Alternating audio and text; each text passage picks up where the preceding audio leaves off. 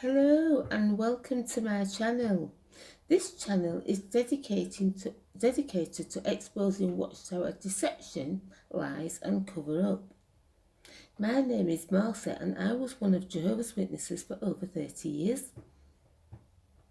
I served as a regular pioneer for 10 of those years. I was first contacted back in 1987 on the door-to-door ministry and I left the organisation in 2022. This is an expose video. This time I'm talking about the assembly hall at Denmark.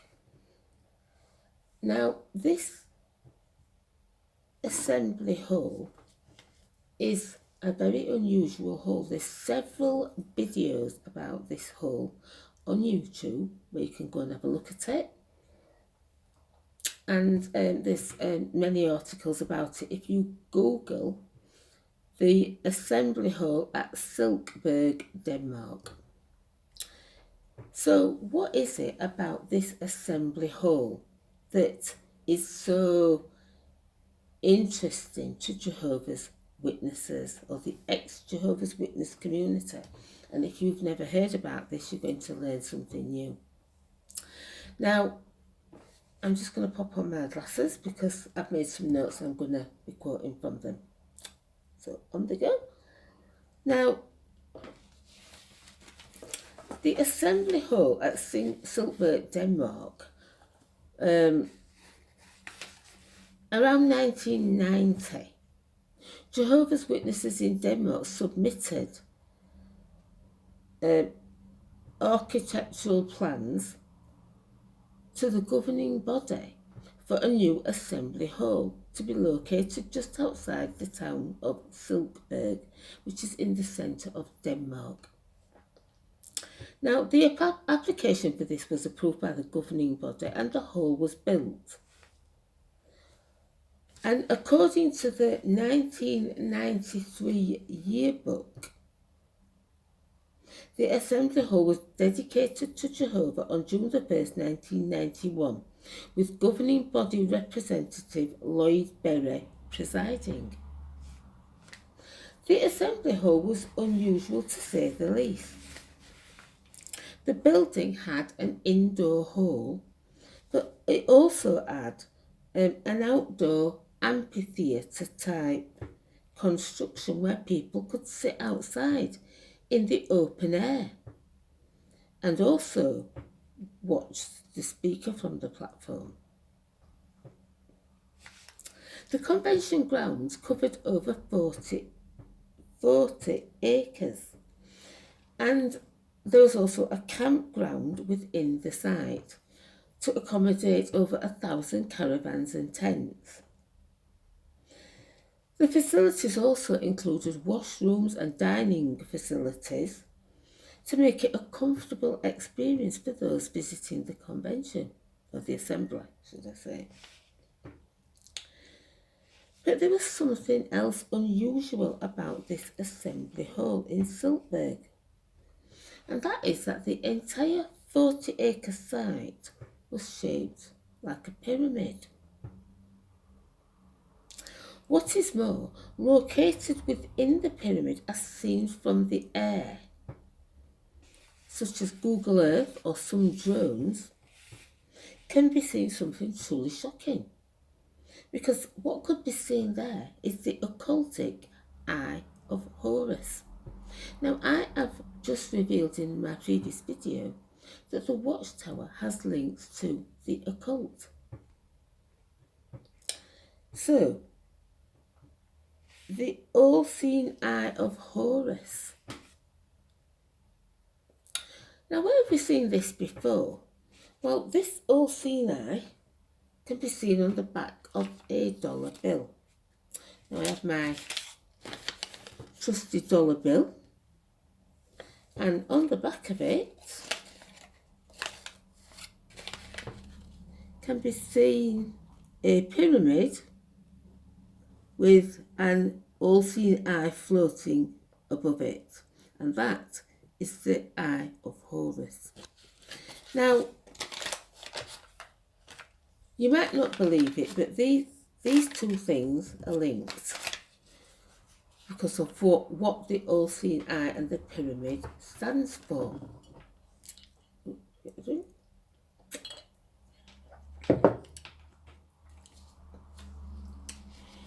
Now, I'm going to show you on my phone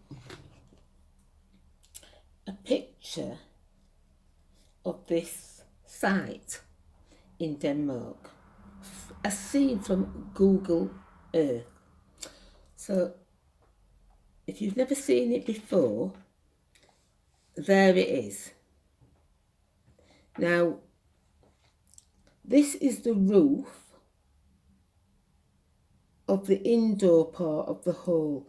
This is the outdoor area, and this is where the speaker stands to speak. As you can see,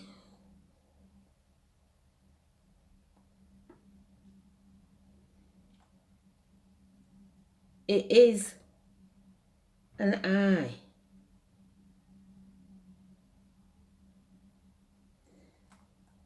Now, Jehovah's Witnesses, because they would support the Watchtower Society and are under a spirit of deception, will deny the obvious. But there's no getting away from the fact that the design of the assembly hall in this way was not a coincidence. This was intentional. But why would the Watchtower Society build an assembly hall that represented the ancient Egyptian god at a facility that was dedicated to Jehovah God? Well, that's a question. Now, people on the ground who were attending the assemblies there could not possibly recognise the nature of their assembly hall. This, as I showed you, can only be seen from above and from the air.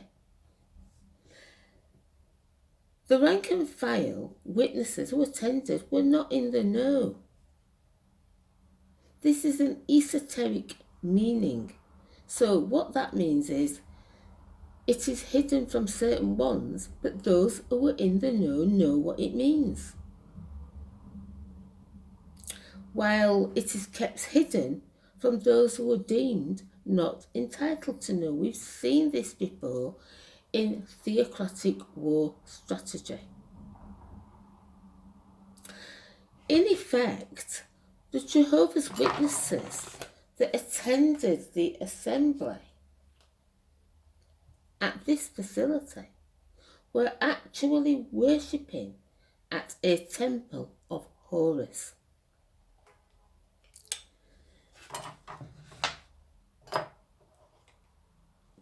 The hall was dedicated to Jehovah, but Jehovah is not only the name of the Almighty.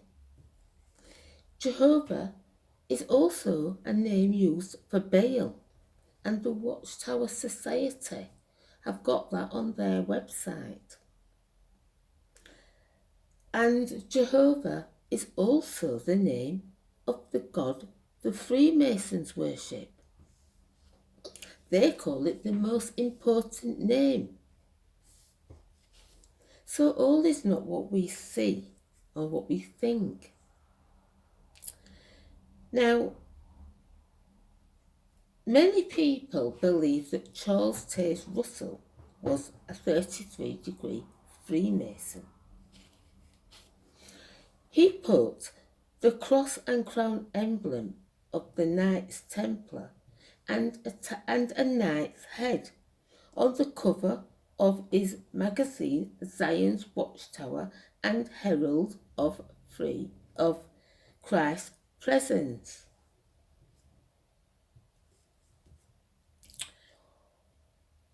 Now,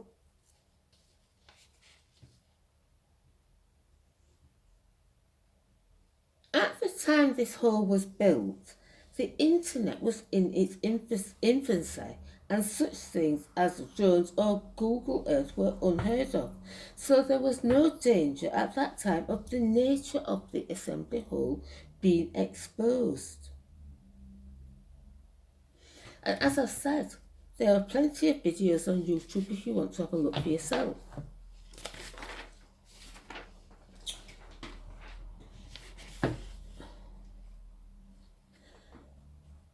So the question to be asked is, why have the governing body got involved with pyramidology and Egyptology?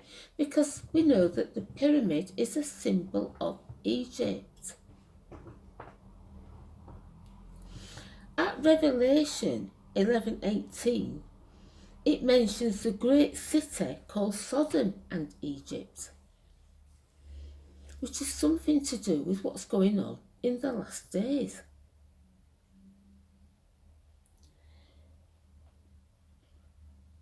Now, Charles Taze Russell was the second president of the Watchtower Society. William Henry Conley being the first president. Now, I'm going to do a video about Conley and how he was the first president and who he was. But Charles Taze Russell was buried in a Pennsylvania cemetery underneath a pyramid. Now, this gravesite was just a stone's throw from a Masonic hole. Now, you'll be thinking, did she say he was buried underneath a pyramid? No, he was buried at the side of it, and it was located near to his grave. Most people believe his grave is a few steps from the pyramid and that the pyramid is just a marker. But in fact, it is the opposite way around. Now, I'm going to play you a talk given by Fred Franz when he was president of the Watchtower Society. And in this clip, he tells us that Charles Taze Russell is buried underneath the pyramid. Now, he is, at the time he makes this speech, a member of the governing body. So he will know whether or not Russell was buried underneath the pyramid or not. Now, he tells us that he is. I'm going to play this for you now. I'm just going to get it up and just make sure the sound is up. At any rate, I was scheduled to go to Oxford College. Well, now, this was the year 1914, and I had made progress in the understanding of the truth.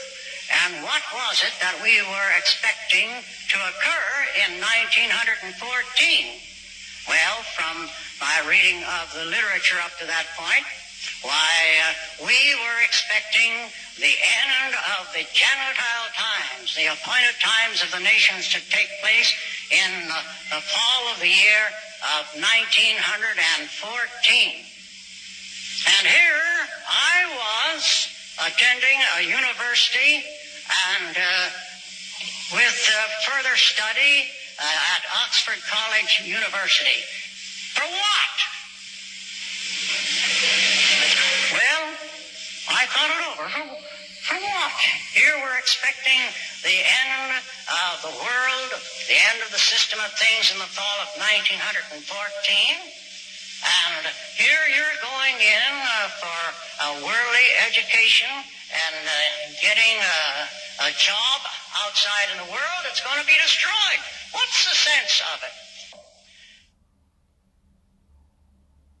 And then was brought to Pittsburgh, where Pastor Russell, Charles Taze Russell, was interred. And you can go to his grave there at Resurrection Park, as I recall the name of the little plot of land that is reserved for Bible students of prominence to be buried.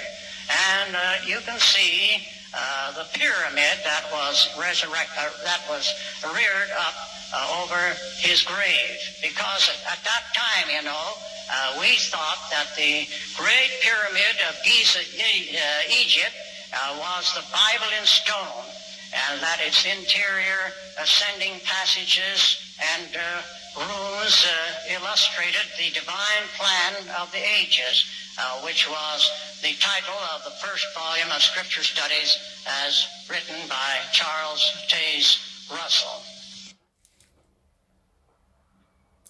So there you have it. Frederick Franz tells us himself that the pyramid was raised over the grave of Charles Taze Russell. That is a very, very rare clip. And I'm going to keep secret where I found it and where I got it from. But he tells us himself that Russell was buried under the pyramid.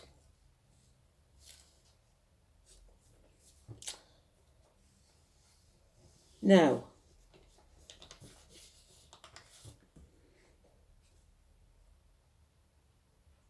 at this point, I'm going to just turn over and talk about magical sigils or symbols. Now, a sigil is a sign or a symbol that is magically charged to invoke the power of the devil. Now, according to the Apostle Paul, God would allow Satan to bring forth a man of lawlessness to gain power, backed by the power of Satan, using every powerful work and lying signs. The man of lawlessness promotes a false presence of Jesus Christ. So it quotes 2 Thessalonians 2 verse 1. So I'm going to just have a look for that. Ephesians. 2 Thessalonians 2 verse 1, it says, and there it says, concerning the coming of our Lord Jesus Christ and our being gathered to him, we ask you, brothers, not to become easily unsettled or alarmed by some prophecy, report or letter, excuse me, supposed to have come from us, saying that the day of the Lord has already come. Don't let anyone deceive you in any way, for that day will not come until the rebellion occurs, and the man of lawlessness is revealed.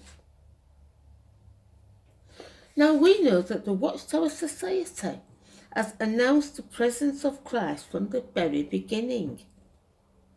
It claimed the parousia or presence began in 1874. The Watchtower magazine was entitled Zion's Watchtower and Herald of Christ's Presence. Later, this was changed to 1914, and to this day, Jehovah's Witnesses falsely believe that Christ's presence began in that year. And through the use of magical sigils and signs from the publications, and the platform, Jehovah's Witnesses have been kept under a spirit of deception. And yet, Jehovah's Witnesses, under their governing body, are more reprehensible than any of Christendom because of their using of a name of God and prophesying things that he never said to be prophesied. And when they're doing things like this, making its worshippers worship in a temple to an Egyptian god without their knowledge, well, it's time for Jehovah's Witnesses to heed what it says at Revelation 18 and verse 4. I keep on saying it.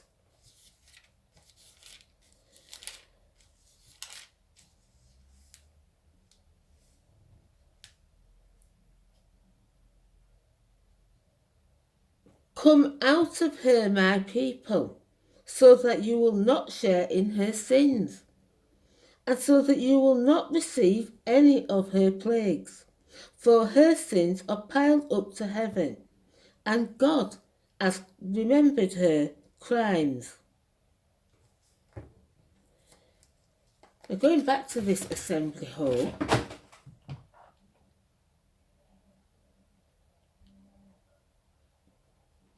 this assembly hall is no longer owned by Jehovah's Witnesses. Although it was built in 1991, it was sold to the government of Denmark. And I think it was around just before the COVID when they finished, because they leased it back for 2 years to hold their conventions or assemblies before leaving it and holding the assemblies now elsewhere. The assembly hall is actually abandoned now, not used. It was used as a vaccination centre during the COVID-19 pandemic. So they are now trying to remove evidence that they ever owned the assembly hall. But if you go on to YouTube and Google and search it, you will see videos of the Jehovah's Witnesses sat with their Bibles on their lap. They did hold their assemblies there. And as I say, the Watchtower keeps trying to clean things up and remove the evidence. So if you are visiting my channel and you are an active Jehovah's Witness, this assembly hall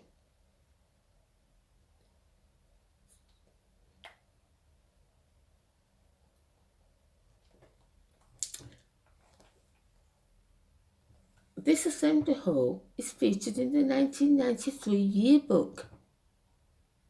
So if you can get your hands on that, you can have a look. This is not something produced by apostates or those against the organisation. This is what your organisation is doing. And Charles Taze Russell, buried underneath a pyramid, emblazoned with the Knights Templar cross and crown and the all-seeing eye.